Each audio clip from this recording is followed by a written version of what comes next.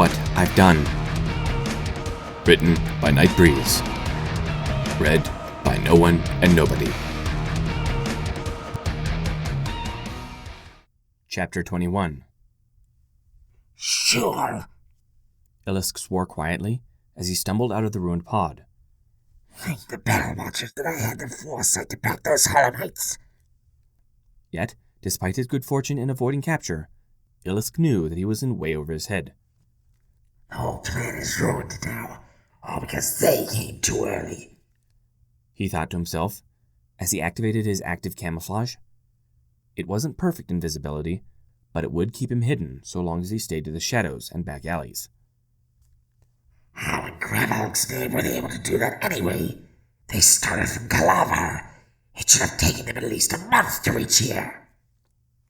Illisk ducked into a nearby burned-down house, thankful that the drop pod hadn't malfunctioned. They were notorious for it, since their function was not only to detonate and firebomb their landing sites, but also to protect the lives of the soldiers inside. Sadly, it was the second function that had the chance of failure, earning them the nickname Hell's Coffins among the troops that used them in their planetary assaults. Illisk knew the risks, though, and found it a far worse fate if he were caught by those infernal snake witches. Sure, he would rather die than betray his cause, but what good was a conviction like that against an enemy that could pull the thoughts from your head? No, it was either take a chance with the drop pod or activate his implant's failsafe. Since only one of those options had even the slightest chance for his survival, he had decided that the pod was his safest, fastest method of getting out of harm's way. Besides, Illisk thought as he activated his tracking software, if I'm down here, I should be able to examine 38 and figure out how it malfunctioned. He nodded to himself at the thought. Things might have gone sideways, but at least he was alive. On top of that, a message had already been sent to his support, apprising them of the situation. Besides, he needed the data that 38 held if they had any hope of salvaging anything from this plan. That's interesting, Twilight said, as she removed her horn from the small metallic hole that was located on the back of the human's neck. What happened? Alex asked nervously as he turned his head to look at her. Yes, what did you find? Princess Luna asked, taking a step forward. Twilight scrunched her nose as she thought about what to say. It was a complex issue, one that she didn't fully understand herself. As we theorized, and as Robert here has testified, there are quite a few of these soul shards embedded into your device, Twilight said, feeling a little nauseous at the thought of the nasty implant. However, when I tried to communicate with these shards, I was less than successful. Princess Luna raised her eyebrow at that. What do you mean by less than successful? There are hundreds of shards in there, Twilight said, quickly drawing an incredulous stare from Alex. But not possible. There are only 50 us. Calm down. It's not like that, Twilight said, holding her hoof up in a placating gesture. Though there are quite a few of them, I was easily able to determine that groups of these shards all originate from singular people, since many of these shards share a unique magical frequency with each other. Alex just looked at her blankly. I know she say words in there, but lost in technology is babbling, he said as he leaned a little closer to Robert. Twilight gave a grunt in exasperation at that. This is so frustrating! I can't even explain it properly because of the language barrier. Twilight, it isn't the language barrier here that's the problem, Princess Luna said gently. Rather, it is your use of exact terms and definitions that are the problem. He would have had a hard time understanding your explanation even if he spoke perfect Equish. But your problem is that you are using complex terms to explain what, at its core, is a very simple issue, Luna continued before turning back to the human. Alex, if you would, please imagine a soul like a glass vase, she said as she created an illusion of a beautifully crafted vase. Alex nodded at this, his attention riveted to the illustration that the lunar princess had constructed. I like metaphors. Now, when your friends died, parts of their souls broke off from the whole," she continued, cracking 3 pieces off of the vase. "The main piece left this plane and traveled through the veil, while the rest of the pieces stayed behind." At this, she caused the main vase to disappear, while the pieces remained. Alex nodded at this, his gaze still riveted onto the floating pieces. "Now, what we believe happened, and what Twilight's investigation seemed to have confirmed, is that these pieces all split off and followed the connection you shared through your implants, embedding themselves into the remaining prisoners," she said, as she caused 3 more vases to appear, all of different colors. She then placed the shards of pottery in the 3 vases. "When your friends died, their souls also fragmented, leaving behind pieces. However, they also left behind the pieces that the first vase gave them." At this, the 3 vases fragmented, then disappeared, leaving behind a large number of different colored shards. Alex gasped in understanding at that. "So you say all travel through Connect until reach only Survivor?" "Correct." Though, if I may, Twilight piped in. "Many of these groups only have a single shard, while quite a few only consist of 2 or 3. This makes them far less coherent than a full soul would be, and that's not even considering the fact that the ones that do have more are still nothing more than the fragmented remnants of what was once a complete soul." Alex thought about this for a second, then opened his mouth, a puzzled expression on his face. "Now, when say they far less meaning understand, what exactly do mean?" Twilight looked at him for a second, trying to piece together the broken language he had used. "Oh, you mean coherent," she said. Her eyes then widened in understanding. "I guess." Twilight sighed at this. It had taken them a while, but they had finally reached the part that she wanted to get to. "Alex, the smaller groups have, at best, the intelligence of insects." Alex's lips tightened at this. His brow furrowed in an expression that Twilight couldn't place. "How many like that?" he said, his voice catching a little. "About 36 groups are little more than vegetables," Twilight said slowly. 7 have the intelligence of animals, able to understand some words, but unable to speak. The rest, they have a mental capacity closer to children, though, to be honest, that doesn't quite fit what they're capable of." At this, Alex rested his hand on Robert's back. "And Bright Fame is one better group?" he asked. Twilight could only nod in response. At this, Robert started to talk, asking Alex something that neither pony understood. "I'll tell later. Just know it bad." Alex answered uncertainly. He then turned back to the 2 ponies, a strange look in his eyes. "Isn't something can do? Help them?" Twilight just shook her head at that. "I'm sorry, Alex, but this is something entirely new to us.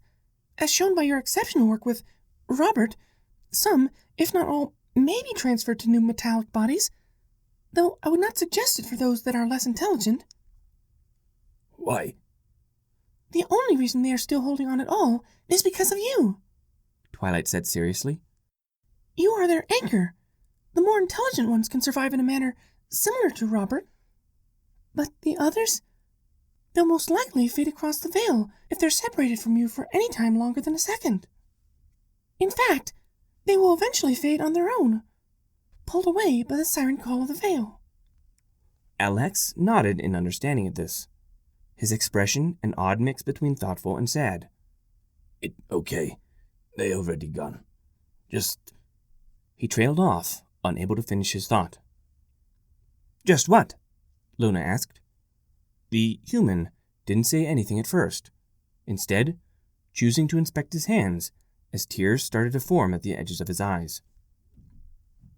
"For a second, I just thought that not only Survivor, that friends escape, however weird way they do." "Alex," the lunar princess said, gently resting a hoof on his arm. The human just stared at it for a second, then wiped his eyes with the heel of his hand. "I'm okay. Just give second. Need compose self," he said with a sniff. He then looked up at the 2 ponies in the room. could give a loan. Need talk bright fame. Tell him what told me.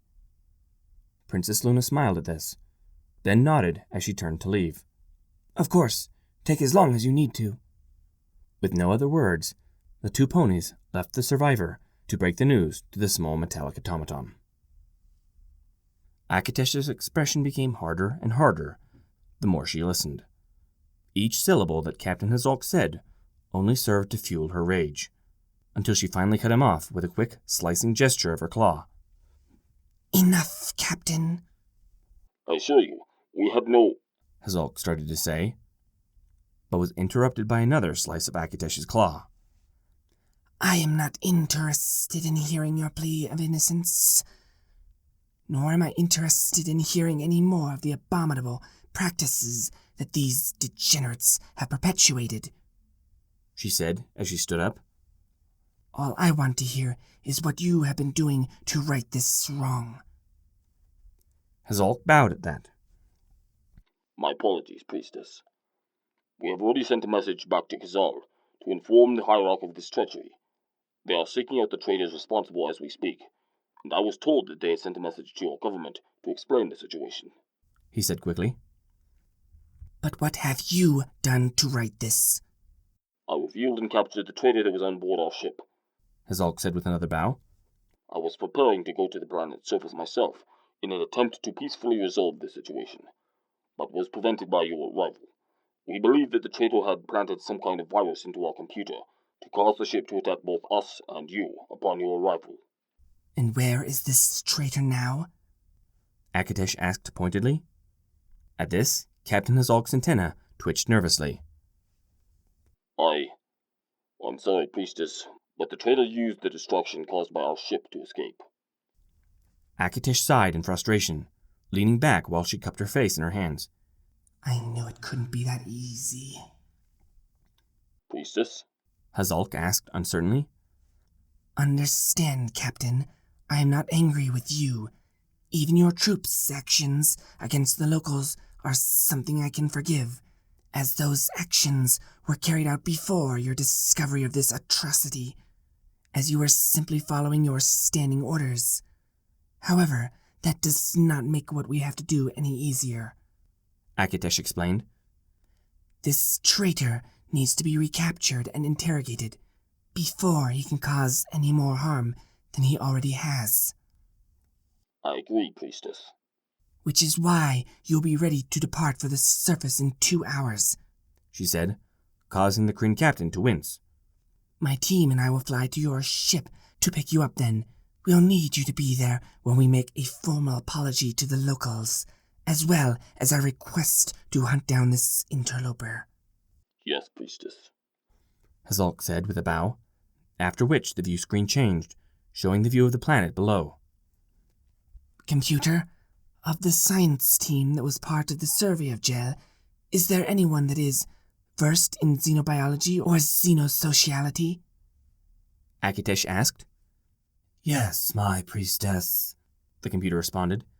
Lokar is a xenobiologist who has made it his personal mission to catalog all the wonders of life that the Creator has put under our jurisdiction, while Kivalt, his sister, is more concerned with how they organize their civilizations. Thank you. Please have them come to my council, as I will need their expertise in this matter. Yes, my priestess, the computer answered. Jadon looked to his priestess in confusion. Wouldn't it be better to have him give you that information? He asked, referring to the ship's computer. Akatesh shook her head at that. Computer Ali's may have extensive records, but he isn't linked to the main library back home. For now, the best I can do is ask our experts and hope they have studied this particular world before, Akatesh said as she rose from her seat. You have the bridge, Jadon. I need you to organize a team to hunt down this blasphemous fool. Jadon nodded at that, then turned back to the view screen. I will guard the stars until you return, my priestess, he said. Why do you think we were summoned? Kivalt asked nervously. She had never met a priestess before. Void Knights were sacred, and she sadly did not know the protocols involved in meeting with their upper echelon. I do not know, though I suspect it has to do with either why our original mission was cancelled, or why we recently went to full alert, her brother answered, as he straightened his shirt. With how things have been going, however, I would hazard a guess that they are intertwined. Kivalt nodded at this, then took a moment to examine the room they were in. It was a fairly standard council, long wooden table, chairs set around it, and a rather large cube of spirit stone sitting in the center. Other than that, the room was almost surprisingly bare, its only other furnishing being a rather large black view screen positioned on the wall at the end of the table. Kivalt opened her mouth to say something, but stopped when the door to the rather Spartan council room opened, revealing the priestess of the ship. She was shorter than Kivalt had imagined her. She had lovely light blue scales that seemed to glow with an inner light, while her eyes were a deep shade of purple, which looked at the two siblings with a tired, put-upon expression. No need to stand, the priestess said, waving them both back to their seats. I don't have a lot of time, so I need you to be as quick as possible. What can you tell me about the planet Uti? She asked, as she sat on the other side of the table. The two looked at each other for a second, then back towards the priestess. I apologize, my priestess, but is that the planet we are currently orbiting? Lokar asked excitedly. It is. Lokar nearly jumped out of his skin when she confirmed that.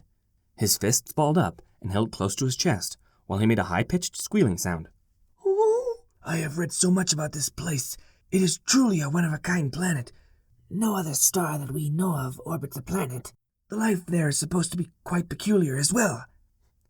How so? The priestess asked, as she folded her fingers in front of her. Well, for starters, rather than a single sapient species becoming the dominant, they have a whole menagerie of sapient species. The dragons in particular. Wait, dragons? Like... Oh, no. They only bear a passing resemblance to the lords of the skies back home. These can grow to much larger sizes and are far smarter. How much smarter? Akitesh asked, as anxiety crept into her voice. They have their own language and social structure, my priestess, Kivalt answered with a bow. Akitesh closed her eyes at that, then shook her head. That may become an issue, but not one that I will be dealing with in this trip. What can you tell me about the planet's equine life? The two siblings shared another look, then turned back towards the priestess. Well, they are odd, the twins said in unison. Odd? How? The equines come in many different shapes and varieties, though it is easier to boil them down to 4 basic groups. Ones with wings, ones with horns, ones with neither, and ones with both. Lokar said carefully. Without performing anything invasive, our mages have been able to ascertain that 3 of these species all have similar traits, while at the same time something that makes them unique. These abilities are a spiritual gift from the gods, and should be treated with caution. Why 3? You named 4 species, but then say these 3. What do you mean by that? Akitesh asked, as she raised an eye ridge at Lokar. Very astute, priestess. There is a reason why I voiced that in that manner, but I will have to return to it once I have finished explaining the first 3. Lokar said excitedly. To start with, the ones without horn or wing are strong. Strong? Forgive my brother. He is oversimplifying their gift, Kivalt said apologetically. The strength he refers to is quite beyond anything a normal creature of that size should be capable of. As with any gift, it requires training to fully realize, but even the foals are capable of feats far beyond what their bodies should be capable of performing. Don't give me the bottom tier. Tell me what their maximum potential is, Akitesh said flatly. The two looked at each other, then back at the priestess. Ma'am, a fully trained, hornless, wingless equine is capable of strikes equal to, or greater, than that of a mech'd void knight. Akitesh didn't answer at first. Instead, she brought up a single claw and inserted one of her digits into her ear. After she was certain that she had cleaned it, she looked back at the xenobiologist, an incredulous look on her face. Excuse me? If it were so inclined, a fully trained, hornless, wingless equine could punch through the bulkhead of a Kryn battleship in a single strike, Lokar reiterated. They would have more trouble with one of our ships, but that is because we supplement our hulls with spiritual energy. Though, to be fair, it still wouldn't stop them for long. I'm almost afraid to ask what the other three are capable of doing. Lokar just shook his head at that. I'm afraid I'm not finished with the normal ones, he said with a grin. There's more? Oh yes, the hornless, wingless ones are also capable of geomancy, though it is mostly related to the growth of crops and other plants. Lokar continued. However, we do have a few reports of full-fledged geomancers, capable of all the powers that any of ours are. Oh dear. Yes, and that's just scratching the surface. The other two races make the earthbound equines look tame in comparison. At this, Akitesh slammed her head into the table in front of her. Forget about hard. This is a nightmare, she groaned. Wait, you're not planning on attacking them, are you? Kivald asked with a gasp. They haven't even become a Type 4 civilization yet. The law... No, I'm not going to attack them, Akitesh interrupted as she took her face off of the table. I'm trying to establish peaceful contact. However, there are a few hurdles in the way, and they may be hostile to us initially. Kivald gave her another look, but sighed in resignation. Well, just so you know, their civilization has historically hated violence. They have a standing military, but from the last report we received, it is token at best. Oh, good, the priestess said in relief. Then a thought occurred to her.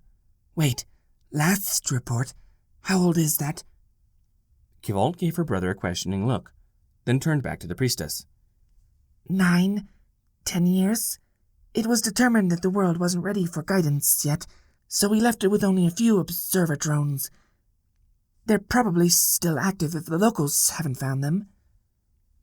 Akitesh nodded at this as she composed herself a little. So, on to the other species of equine?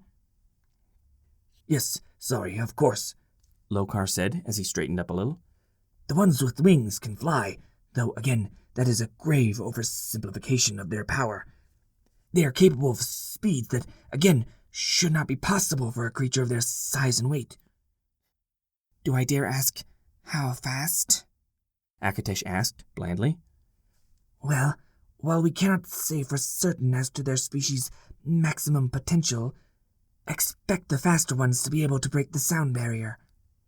Akitesh grew incredulous at that. How are they able to resist the friction, the gravitational forces? Well, they are able to resist the gravitational forces by enacting a power that is very similar to an inertial dampener, Lokar said with a shrug. As for the friction caused by the air, well, even the youngest of them are able to tap into their secondary power, aeromancy. Akitesh whistled at that. Well, that explains that. Lokar nodded in agreement. It does indeed, though, again, it is still just scratching the surface as to what these people can do. Fine then, what about the third, the ones with horns? Horn, singular, and as for them, they are the most varied and probably the most deadly if properly trained. Lokar cautioned.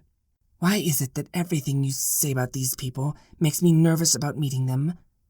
Akitesh asked faintly. Lokar chose to ignore her comment, however, and continued onward. Even from a very young age, each and every horned equine shows the promise of the gift, he said seriously. I do not believe that I need to say anything more on the matter, as you are far more versed in the ways of the Holy Ones than I am. Akitesh groaned in frustration at that. So, I can expect steel-crushing geomancers, sonic aeromancers, and void knights as well? The two looked at each other again, then back at the priestess. Well, there's one more thing you need to be aware of. If you're opening peaceful contact with them, you are certain to run into the fourth type of equine. And she's truly something you don't want to anger. Kivalt said. She?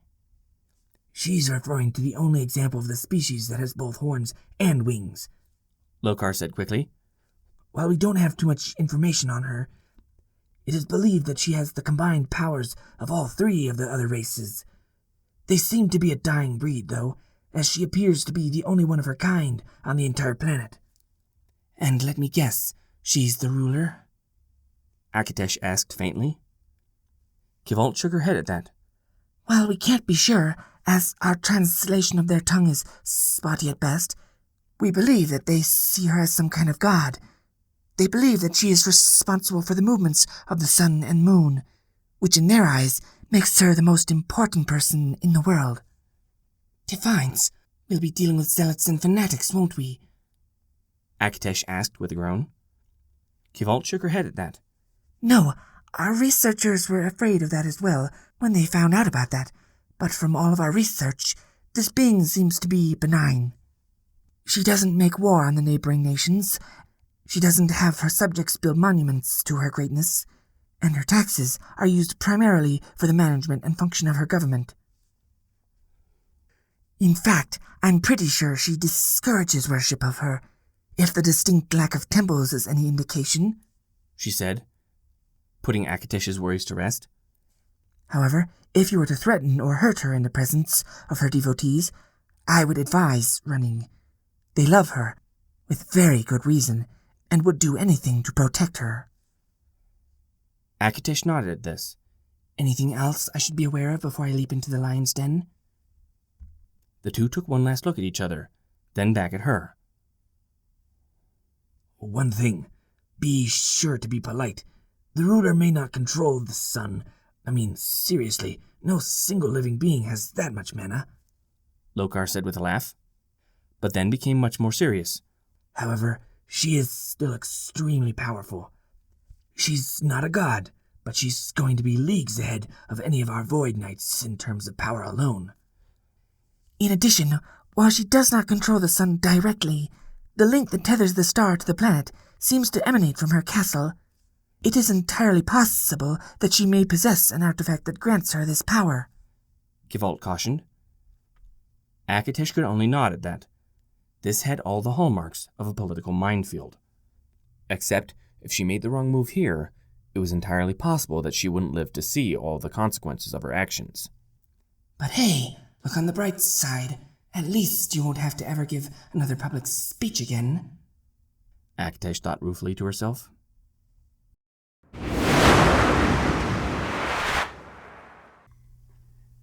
If you're enjoying this reading, consider checking out the non-copyright infringement version available on Amazon Prime. See link in video details for more information.